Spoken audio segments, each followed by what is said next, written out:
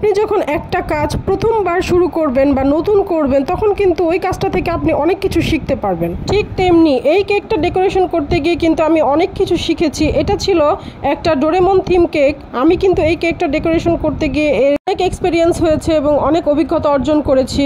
অনেকের কাছে হইতে পারে এটা পানির মতো সহজ, কিন্তু যেহেতু আমি প্রথমবার করছি সেহেতু আমার কাছে একটু কঠিন মনে হয়েছিল, কিন্তু যখন করে ফেলেছি তখন মনে হয়েছিল যে এরপর থেকে আমি একদম 5 মিনিটেই মনে হয় এটার ডেকোরেশন করা কমপ্লিট হয়ে যাবে, এতটা সহজ মনে হয়েছিল।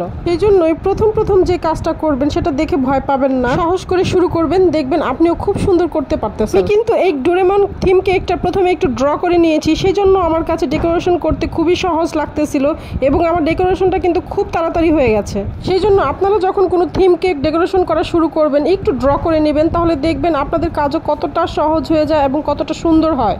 এই কেকটা করার অনেক দিন ধরেই আমার ইচ্ছে ছিল যে যদি কোনো অর্ডার আসে আমি এই কেকটা করব, কিন্তু অর্ডার পাচ্ছিলাম না।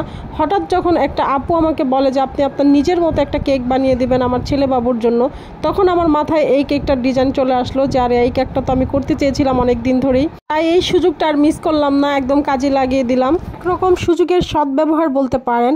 আর এই কেকটার পিছনে কিন্তু খুবই ইন্টারেস্টিং একটা ঘটনা আছে, সেটা হচ্ছে এই কেকটা যখন আমি বানাচ্ছিলাম আমার মেয়ে দেখে বলতেছে আম্মু সেম টু সেম আমাকে একটা কেক বানিয়ে দিবা।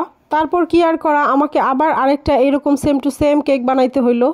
আমারও কষ্ট হয়নি, ভালো লাগতেছিল, কারণ যেহেতু প্রথমবার একটা করেছি বা একবার করে ফেলেছি, তখন সেকেন্ড টাইম করতে আমার খুবই সহজ লেগেছিল। এইসব কেক কিন্তু বাচ্চারা খুবই পছন্দ করে। যে কোনো বাচ্চাই এইসব কেক দেখলে আসলে খুবই আনন্দিত হয়, খুবই খুশি হয়। ছেলে হোক মেয়ে হোক সবাই কিন্তু এরকম কেক অনেক বেশি পছন্দ করে। কিন্তু এর প্রত্যেকটা বর্ডার চকলেট গানাশ দিয়েই দিচ্ছি।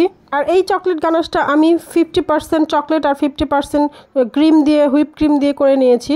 তারপর আমি এখানে যে বর্ডারগুলো দিচ্ছি, এটা ছিল খুবই ছোট্ট একটা স্টার নজেল। এই নজেলটার কোনো নাম্বার নেই, এটা ছিল সেট নজেলের মধ্যে যে কোনো একটা নজেল হবে। এটা হচ্ছে স্টার নজেল, সেই স্টার নজেলটা দিয়েই আমি দিচ্ছি। আর এই স্টার নজেলটা দিয়ে স্টার দিলে কিন্তু খুবই সুন্দর লাগে, একদম কেকের উপর ফুটে ওঠে।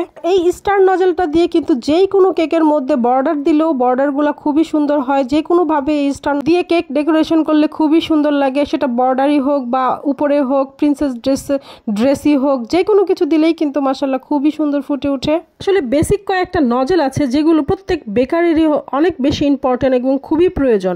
এই নজেলগুলো দিয়ে যদি আপনারা প্র্যাকটিস করেন বা বাসায় যারা নতুন আছেন কাজ করেন, তারা কিন্তু খুব সহজে কেক ডেকোরেশনটা শিখে ফেলতে পারবেন। সেটা হচ্ছে 1M nozzle, 2D nozzle, star nozzle, leaf nozzle, তারপর হচ্ছে 6B নজেল, এরকম কয়েকটা কমন নজেল আছে, মানে জাতীয় নজেল বলে যেগুলোকে।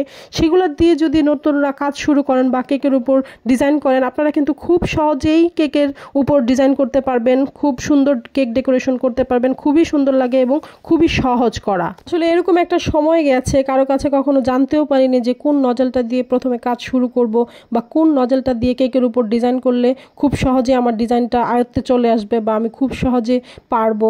এখন দেখেন কত ভিডিওতে আমরা বলে দেই, কত সহজ হয়ে গেছে আপনাদের জন্য, কত সাজেস্ট করে দেই। এই তো আমার কেকের ফাইনাল লুক কেমন হয়েছে জানাবেন সবাই। ভালো থাকবেন সবাই।